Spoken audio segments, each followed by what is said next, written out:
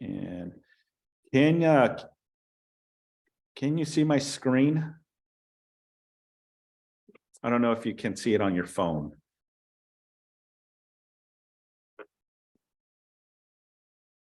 Hello?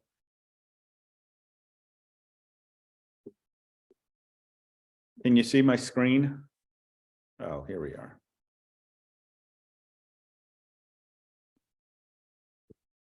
Hi there.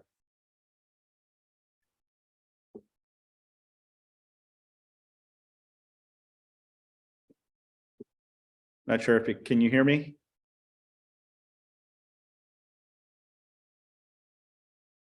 Hi, can you hear me? I lost you.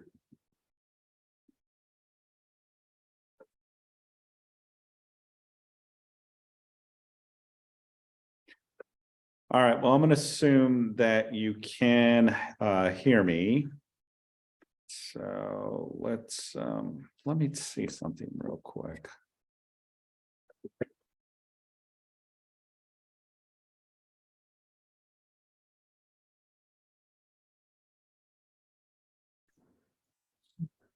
Share my screen. Can you see the residential listing agreement? I do. I can see it. Okay, awesome. Very good. All right, so today's topic is going to launch and dive into the earnest commission. You know, how do we get paid under the real estate listing agreement, right? So does the RLA meet the requirements for enforcing the listing? So under the listing agreement, does meet the legal requirements to enforce and also pay compensation between a broker and the principal, the seller. It is in writing. It has a definite also beginning and also expiration date, and it contains the mandatory negotiable commission split as well. It has really defined the position. In order for us to get a commission, right?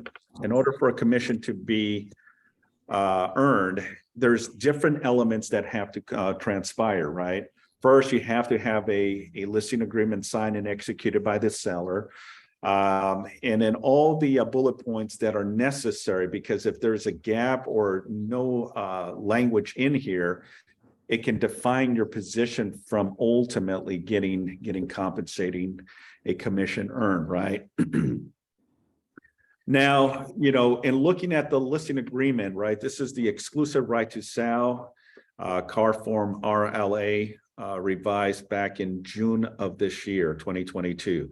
It goes through the motions of the date preparation, exclusive right to sell, right?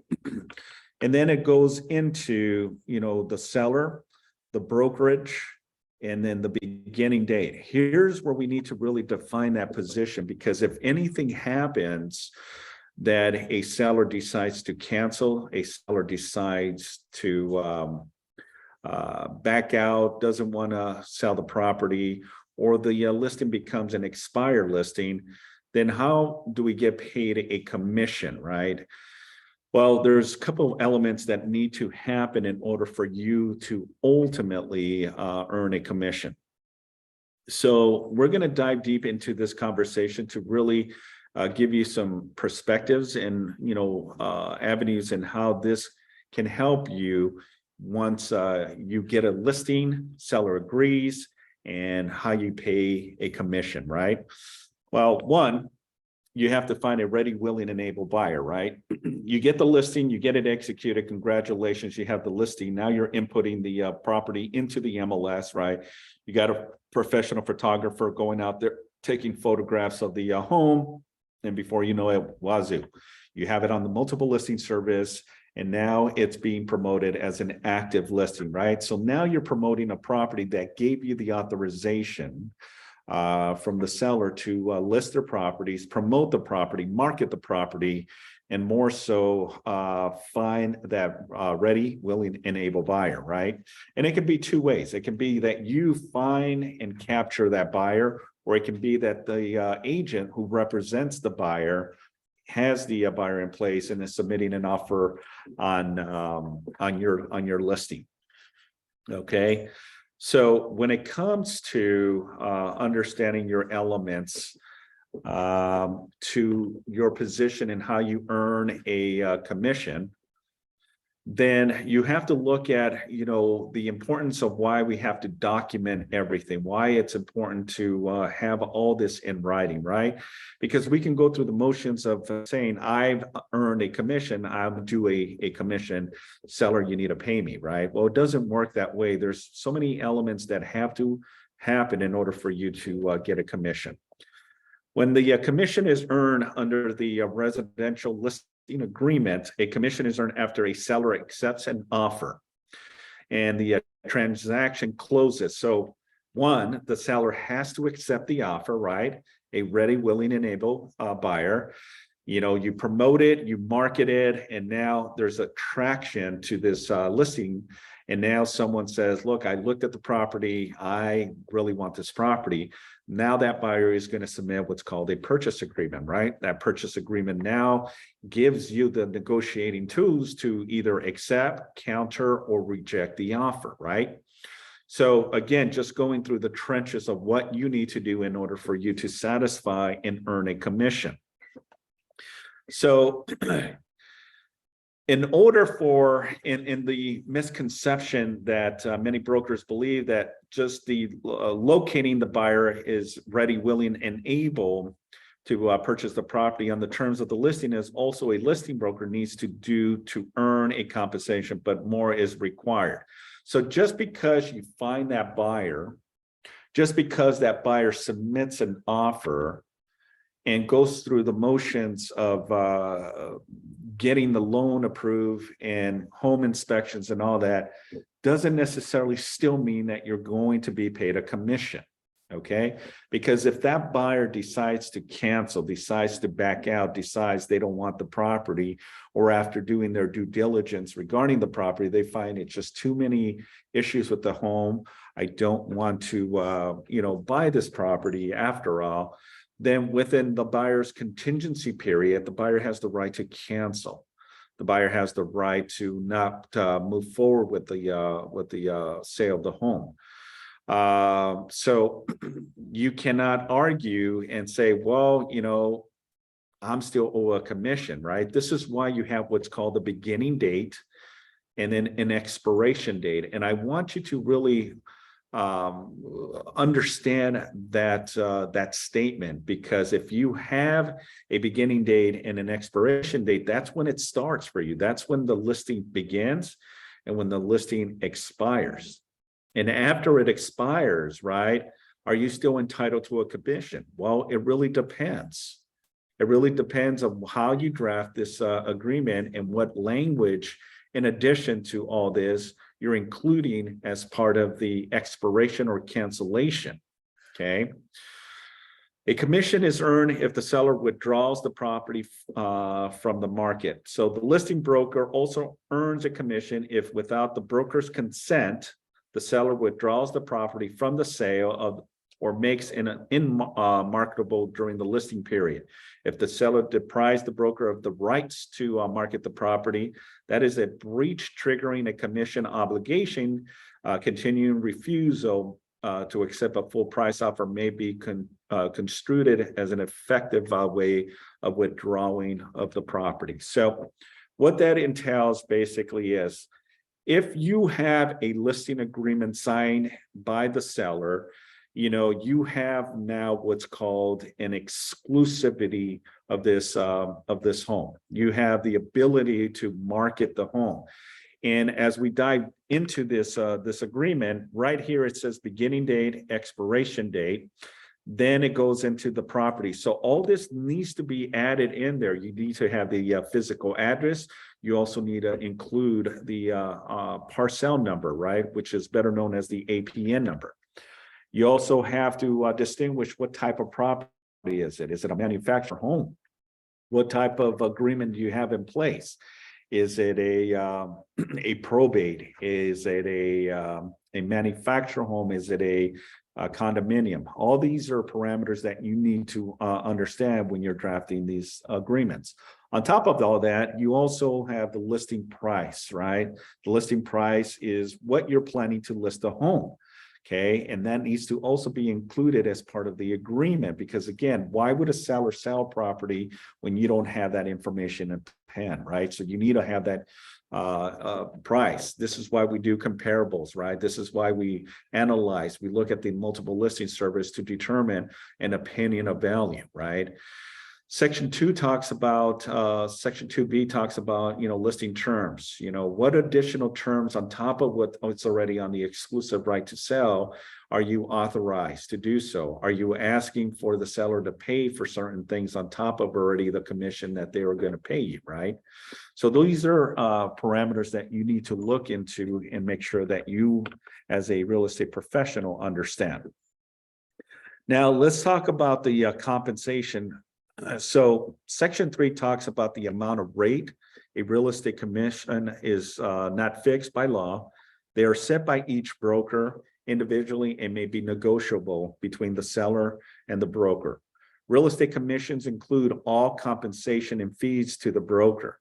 So let's dive deep into this conversation and really just get a handle of what this compensation to the broker is, all right?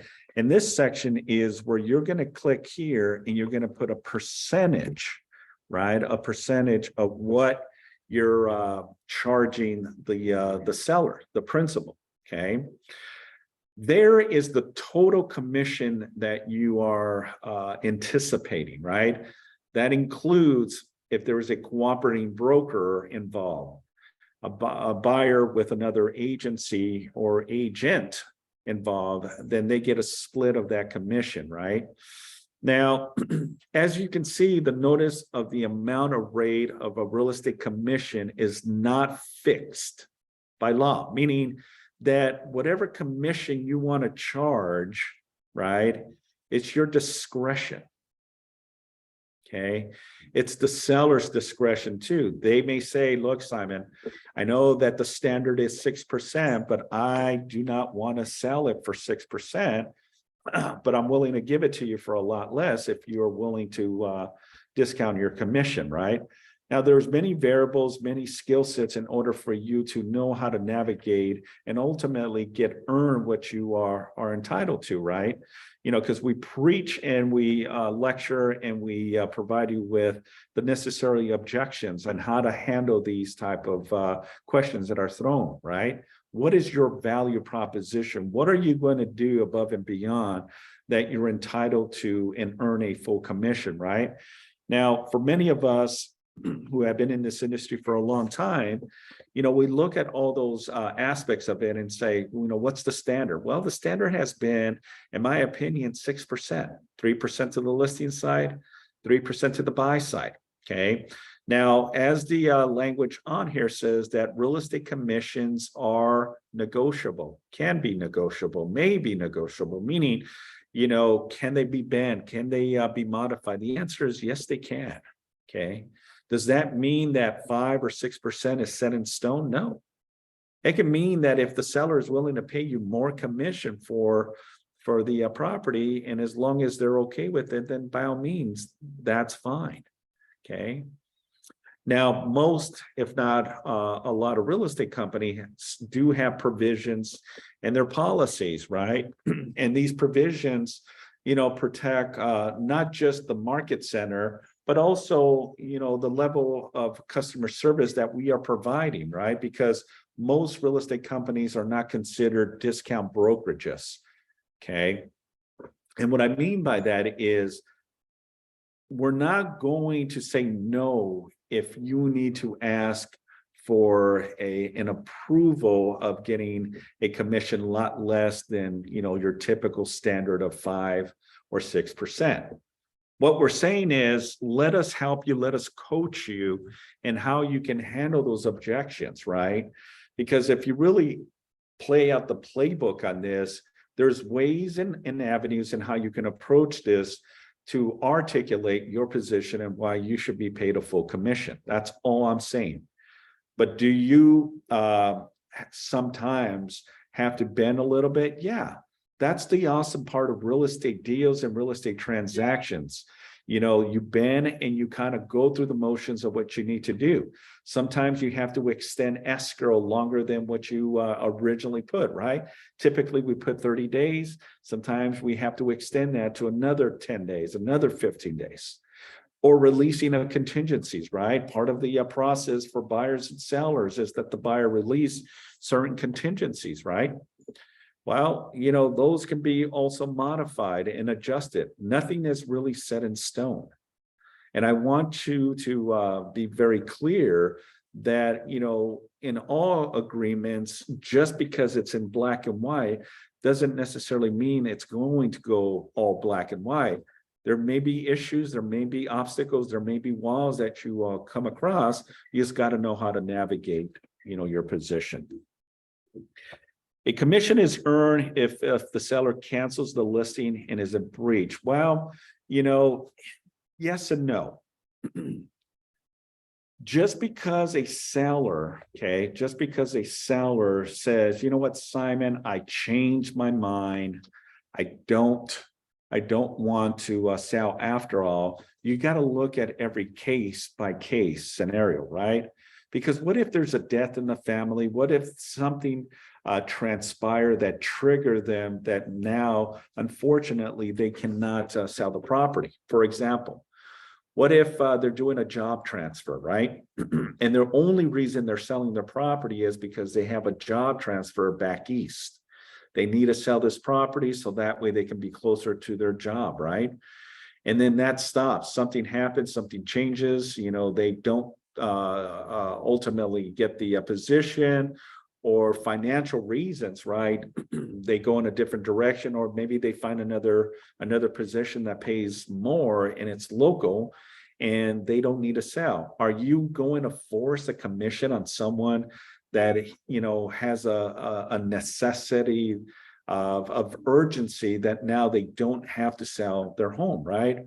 Well, I would hope the answer is no. You're gonna adapt to, and you're gonna be accommodating to the clients, because the way you have to look at it is really simple. Is look at it from a perspective of future, right? The future business, because even though maybe you need to cancel in the future, they may come back and say, look, Simon, I'm really grateful.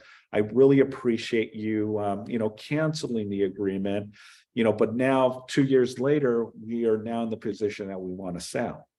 I gave my 2 years in this work environment, and now I'm ready to retire, and now I'm ready to move out of state, right? Well, there's the opportunity, okay? And you got to look at it from that parameter, okay? Just because the seller, again, wants to cancel doesn't mean that you're entitled to a commission. Well, it really depends, right? If the seller is making it very challenging, is not making it showable, is giving you excuses, not allowing you to show the property, not navigating these offers, not wanting to talk, not willing to come to some type of terms, then yeah, we can position ourselves to say, well, look, okay, I understand. You don't want to sell. I can't force you to sell, but look at the time and effort that we put in as professionals. I should be entitled to something, right? Now, also, I want to be very clear. If you don't put it in writing, it never exists. And what I mean by that is, if you're going to go above and beyond, meaning if you're going to, do any type of additional expenses, right? Such as maybe you're doing staging, maybe you're doing professional photography where it involves aerial drone footage, right? Videos, right? And this can be in the thousands, right? No one wants to invest all this money without getting a return on their investment, right? Well, that's not fair for the agent that had put the time, effort, and energy into their position, right? And trying to earn a commission, because the way you get compensated is once the sale is recorded, closed, right? And obviously you have a written agreement from the seller allowing you to be paid a commission, okay?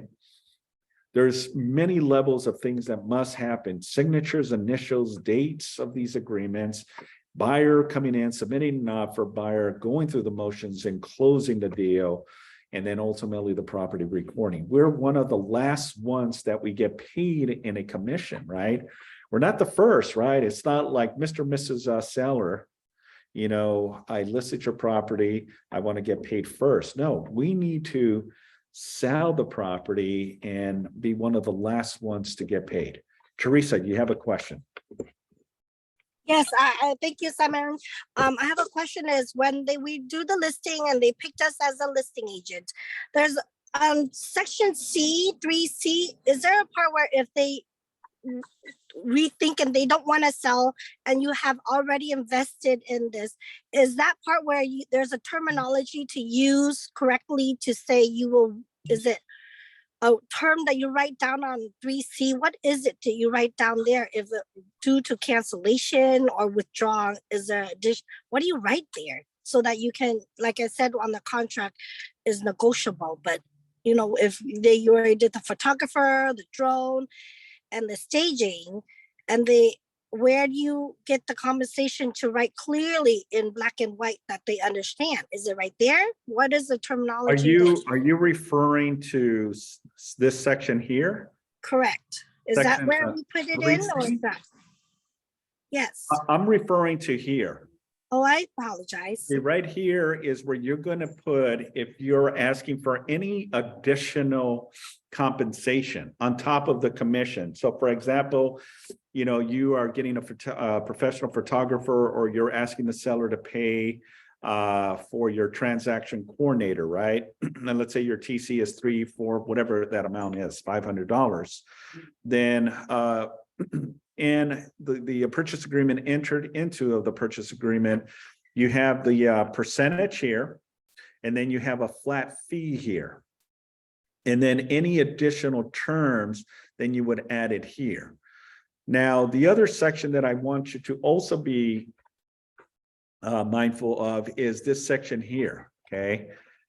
This is what we call an exclusion after the cancellation or expiration of the listing. For example, within 121 calendar days after the end of the listing period or an extension, or after any cancellation of this agreement, unless otherwise agreed, seller enters into contract to sell, convey, lease, or otherwise transfer the property to anyone, and then the prospective buyer or that person related entity, one who physically entered and was shown the property during the listing period, or an extension by the broker or a cooperating broker, or two, from whom broker or any cooperating broker submits to seller a signed written offer to acquire, lease, exchange, or obtain an option on the property. Seller, however, shall have no obligation to the broker under paragraph 3A2 unless later than the end of the listing period or any extension of cancellation, broker has given the seller a written notice of the names of such prospecting buyers. So meaning and this is how you're entitled to a commission if the seller does decide to cancel. You want to make sure that you are putting something in here, right? If leaving it blank, it's not going to do justice for you. You want to put a number. If it's 60 days, if it's 90 days, if it's 120 days, you want to put something.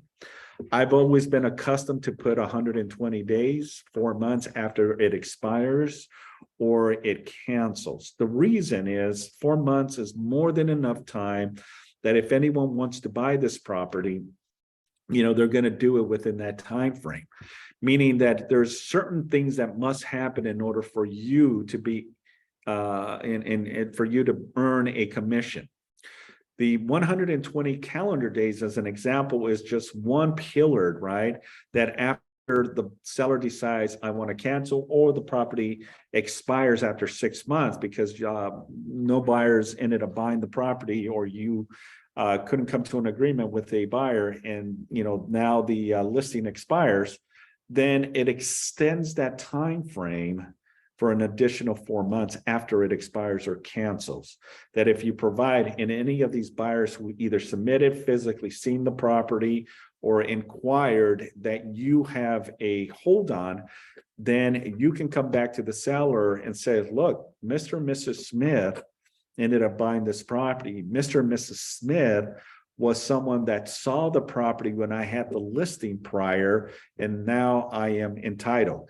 But you have to also provide that list of all the names prior to this cancellation or expiration, right? You cannot do this 2-3 months later and realize, oh my gosh, the buyer ended up buying the property that I was either got an offer or represented the buyer on this.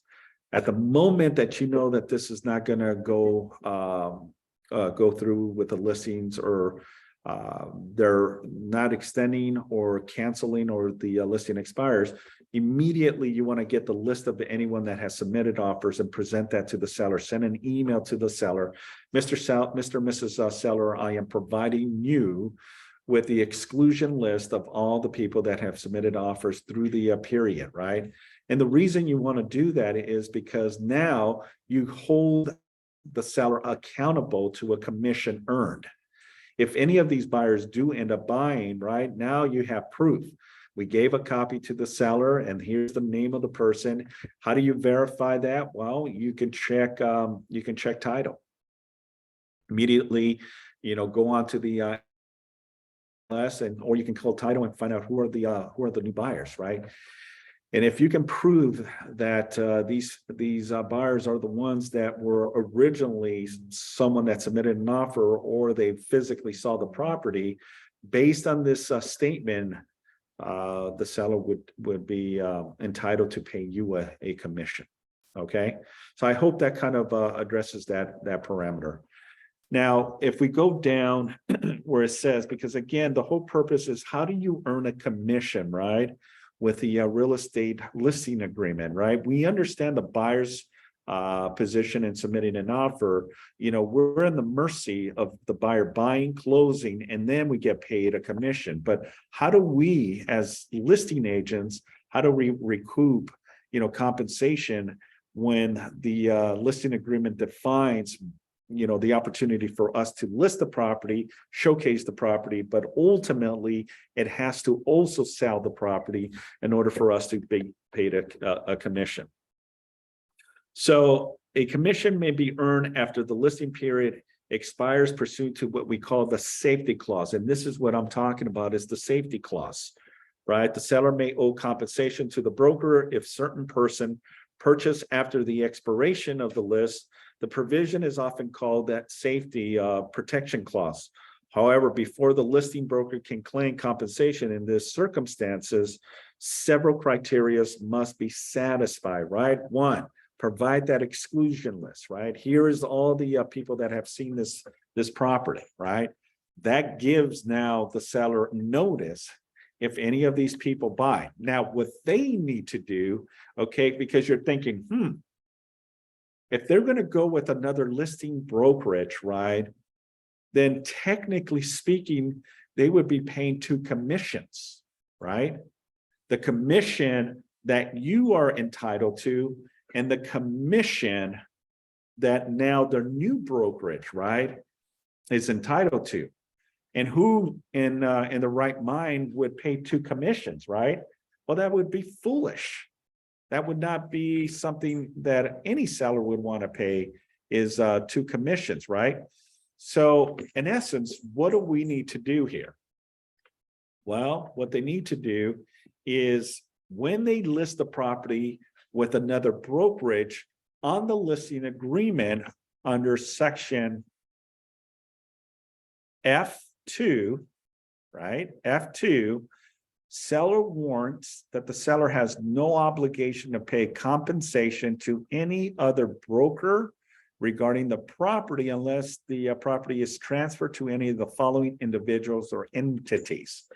So here is where you need to put that if your consumer, the seller, decides to go in a different direction, and list the property with a different brokerage, right? You as a seller would have to tell and exclude these individuals. So let's say that I was the previous listing agent, right? I listed the property and somehow it didn't work out. And 2 months in, the seller decides to cancel. I provide the seller with the list of all these buyers, and we officially cancel. And then 3 months later, I find out that the seller put the property on the market with another brokerage. And then I see that it's pending, right? I'm going to do a little bit of research and find out, was any of the list of buyers that I submitted was the one that bought this property, right? Because what if you listed the property at this, but now another agent got the listing, right, and put the property for a lot less than what you had it listed. And now all those buyers that at one point saw the property realize, oh, now it's a good deal. Maybe I should buy now, right? That's the whole reason of protecting yourself and giving you that safety clause in there. But how does the seller protect themselves from paying a double commission? Well, when they go and sign the new listing agreement, they have to provide a list of anyone that's on this agreement, meaning that if I was the seller, right, and now I'm giving someone else the opportunity to sell, I'm going to tell the listing agent, hey, by the way, I just want some clarity because I had it listed with the previous agent that if any of these buyers come back and buy this, I am not entitled to pay a double commission. Mr. Simon, not a problem. I completely understand. Section 3F 1, or excuse me, 3F2, 3F 1 explains that, whoever submitted an offer, we're going to put their name on here. So if this buyer comes and buys this property, guess what? The seller is not obligated to pay the new listing agent a commission, because the commission, right? The commission was secured by the provision of the exclusion list that the previous agent, myself, provided to the seller. I hope that kind of makes sense. I hope it doesn't confuse you. But this is why, if any of these buyers buy, we're going to put that on the exclusion on the listing agreement, saying these are the people, if they are on this list, then I'm not obligated to pay you a commission, the new listing agent. And that protects the seller from paying a double commission. I hope that kind of makes sense.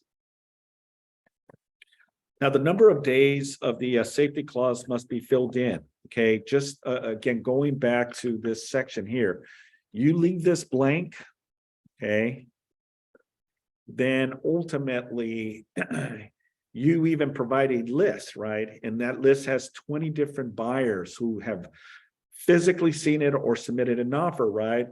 Because you left it blank means that once it cancels, even if any of these 20 buyers come back and buy, you're not entitled to a commission. Okay, this is why it's crucial that you put something in there, because now it gives you what's called that safety clause, that after it expires, you're still entitled to a commission after the listing terminates. Okay. Now, part of it, of the responsibility that you also have to understand is that if you are charging a commission of a total of 5%, there's also a section here, section D as in David, that you must include what's called a cooperating compensation. Okay. And if you read what it says under section D as in David, it says seller has been advised broker's policy regarding cooperations with and the amount of compensation offered to other brokers. 1, broker is authorized to cooperate with the compensation brokers participating through the multiple listing service, MLS, by offering to the MLS broker out of broker's compensation as specified under paragraph 3A, either A, which is 3A, right? 3A, 5%. Now we're sharing, right? We're sharing part of that commission. Now, the standard, right? The standard has always been 50-50, right? Meaning that if you get a 5% commission, right, you typically want to give 2.5% to any cooperating brokerage. Here, that's where you're going to put 2.5%. That now splits the commission. So once you're in escrow is going to ask, well, what's the commission total and what's the commission split amongst the two offices, right? Well, the total is 5%, the total is 6%, and the commission split between the two offices, 2.5 to the listing side and 2.5 to the buy side, right? So again, and looking at the parameters in the position, remember, big picture is, what if you get a 6% commission, right? And you still want to pay a 2.5%, right?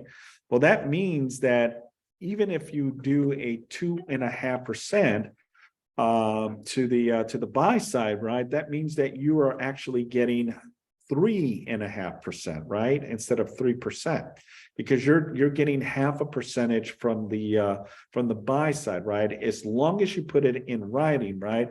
Now the seller signs and initials here, then they acknowledge, agree to these terms. Okay. So when you're in escrow is going to be advised that the commission split is not equal, that the listing side is going to get more of a commission than the buy side. And that's perfectly fine. Maybe you're utilizing this leverage because you have out-of-pocket expenses, right? Getting a staging, right? Staging can be $2,000 to $3,000 to $5,000 or even more, right? To stage a home. Maybe you get a company out there to clean the property, right? Or declutter the home, or, do some repairs out of your marketing strategy, right? Then you can use that leverage on why you're entitled to a bigger commission. Okay, I hope that kind of makes sense. Now, just with anything, you can also do a flat rate, right? Instead of a percentage, you can do a flat rate, and that goes here as well. You can put a flat rate, but typically the norm has always been a percentage of the actual closing price, right? So if you list a property for $1 million, but after negotiations, you're down to 980, and it closes and records at 980, then your commission is based on the 980 price, not the listing price of $1 million. You can't go back to the seller and say, Mr. and Mrs. Seller, we listed it for $1 million. Unfortunately, it was not me that, ultimately submitted an offer, and you agreed to a lower price. I'm still entitled to the full commission of that $1 million listing price. It doesn't work that way.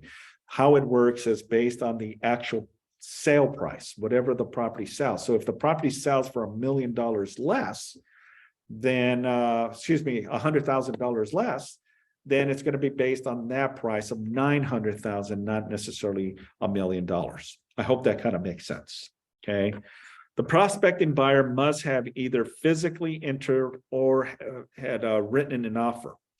The prospective buyer who purchased during the safety period must have physically seen the property and been shown the property during the listing period, or submitted a signed offer during that time. So in order for us to fall under that safety clause, as I mentioned, you must make sure that you are providing the seller with that list of exclusions of buyers who physically or submitted an offer.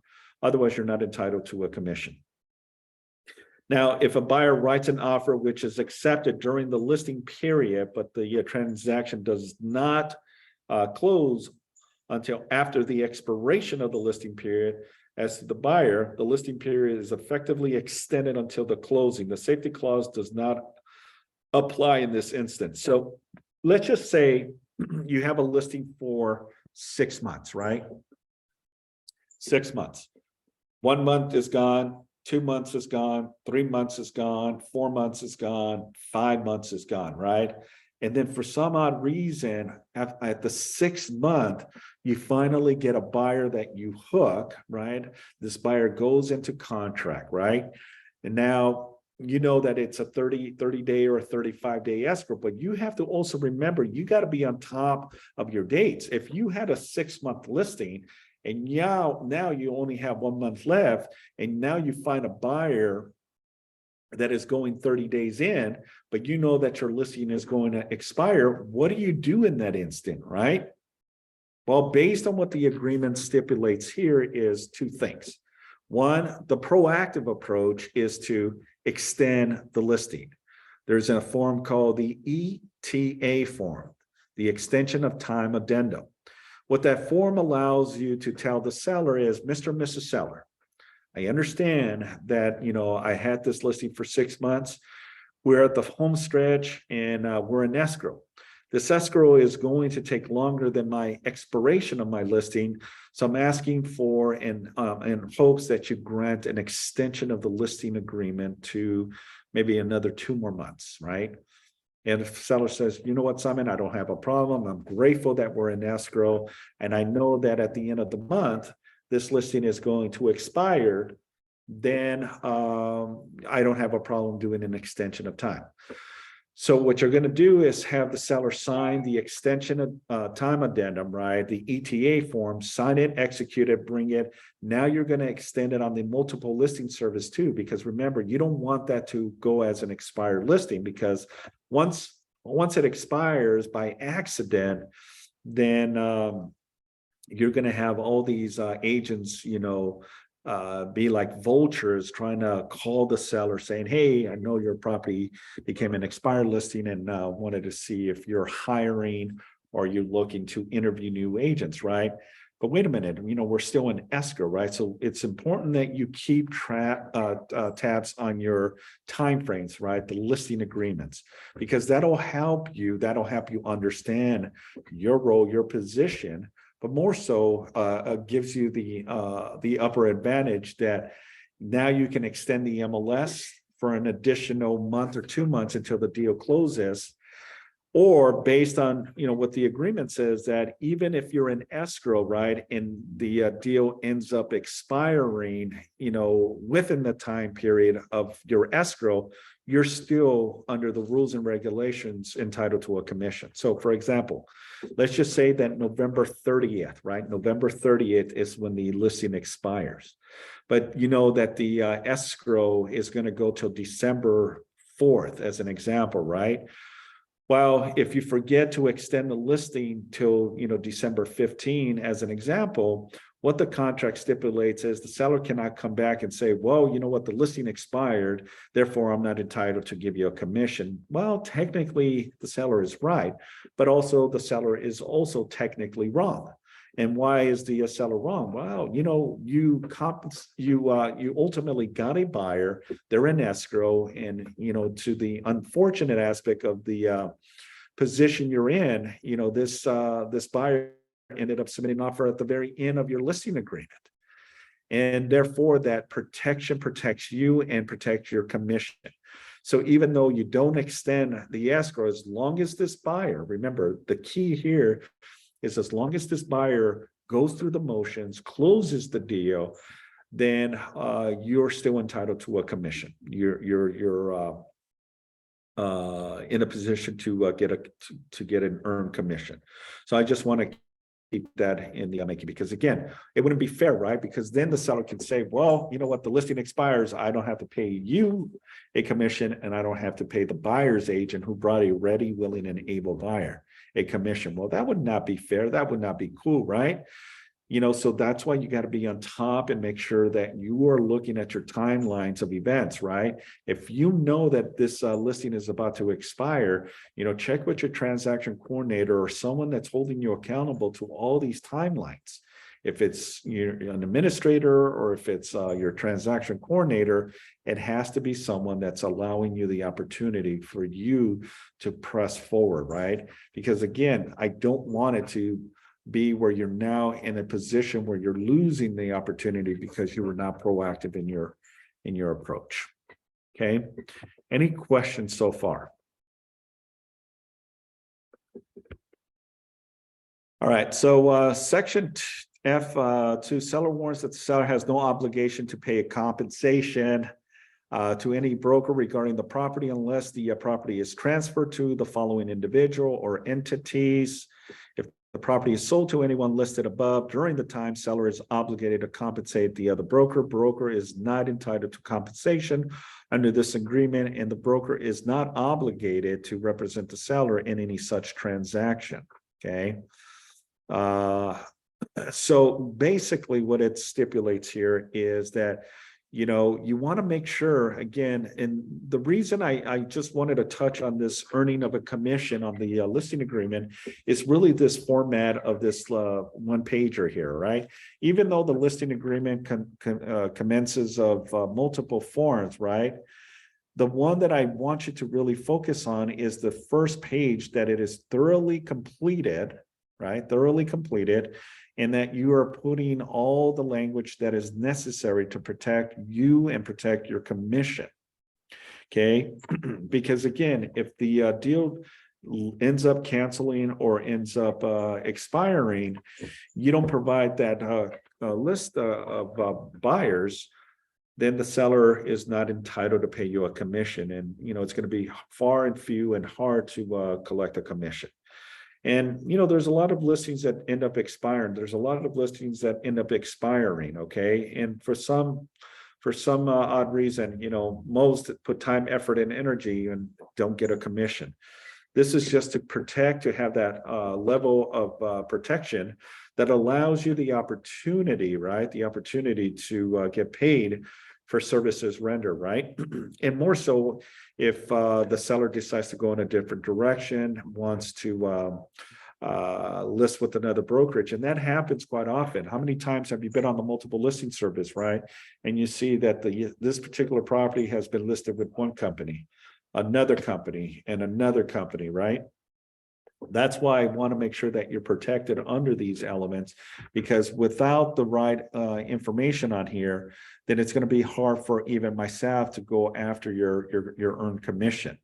Okay, that's why the date preparation is important. That's why the seller's information is important. That's why, you know, the brokerage information is important, the address, the APN number, right?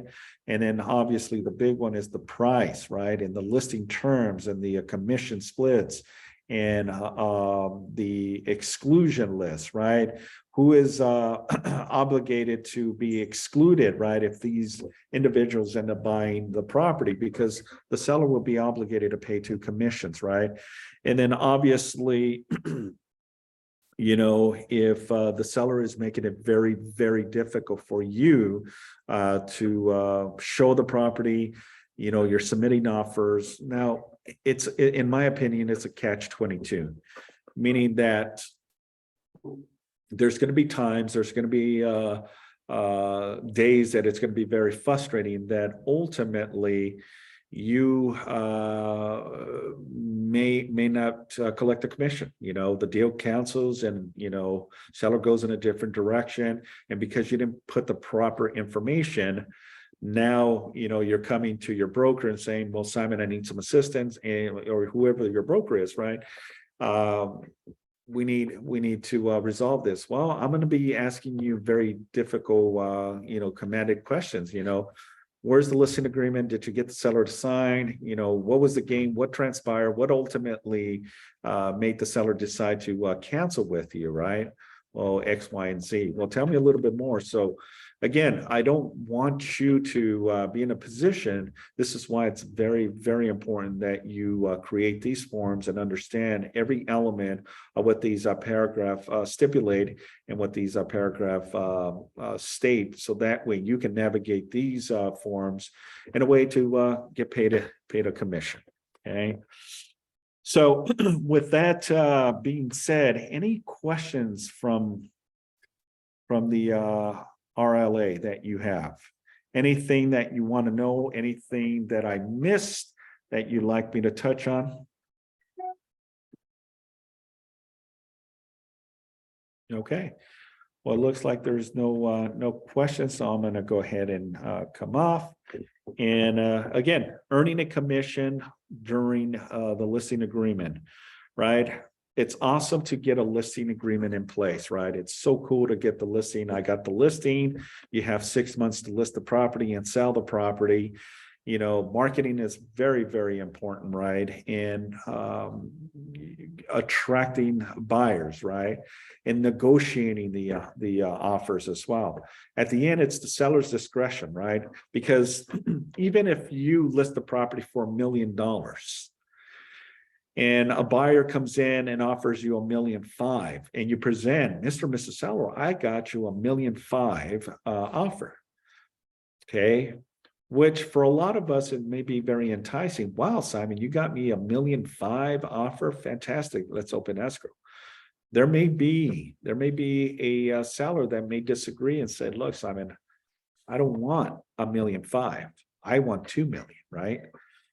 Now with that, unfortunately, you cannot be paid a commission.